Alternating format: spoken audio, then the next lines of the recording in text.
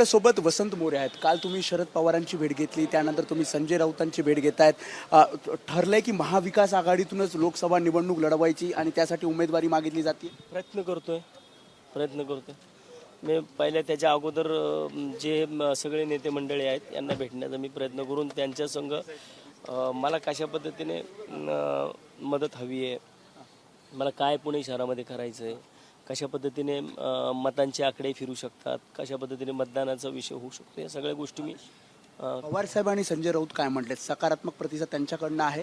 सकारात्मक प्रतिसाद 100% आहे. परंतु याच्यामध्ये काँग्रेसचा सुद्धा मोठा से आहे आणि काँग्रेसच्या नेत्यांनी सुद्धा याच्यामध्ये बऱ्यापैकी पॉझिटिव्ह बोलतात.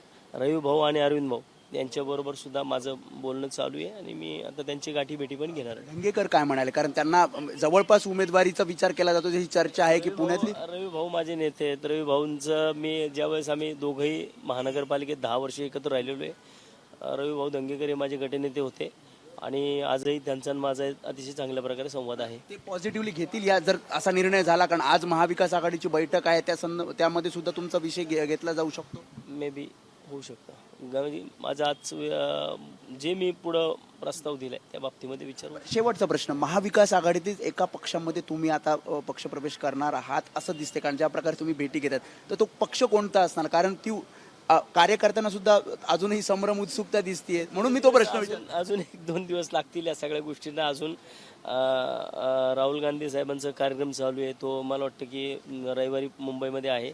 त्याच्यानंतर बऱ्याच सुद्धा निमंत्रण दिले नाही तसं काही नाही मला सांगितलेलं, पण मी बाकीच्या सगळ्या नेते अशी काय चर्चा होती की तुम्ही शरद पवारांसोबत जाणार आहात, कारण ज्या प्रकारे काल भेट घेतली तर हाच पक्ष असणार. मी प्रत्येक नेत्याला प्रत्येक पक्षाच्या नेत्याला मी भेटतोय आणि भेटून माझी भूमिका कशा पद्धतीने असेल, पुण्याचं काम कशा पद्धतीने एक चांगल्या पद्धतीने पुण्याचा खासदार होऊ शकतो हे मी सांगण्याचा प्रयत्न. शेवटचा प्रश्न, जी जर जागा एखाद्या पक्षाला सुटत आहे, समजा काँग्रेस पक्षाला पुण्याची जागा सुटत असेल तर त्या पक्षात तुम्ही प्रवेश करणार का? कारण ज्या प्रकारे तुमची वाटचाल दिसते.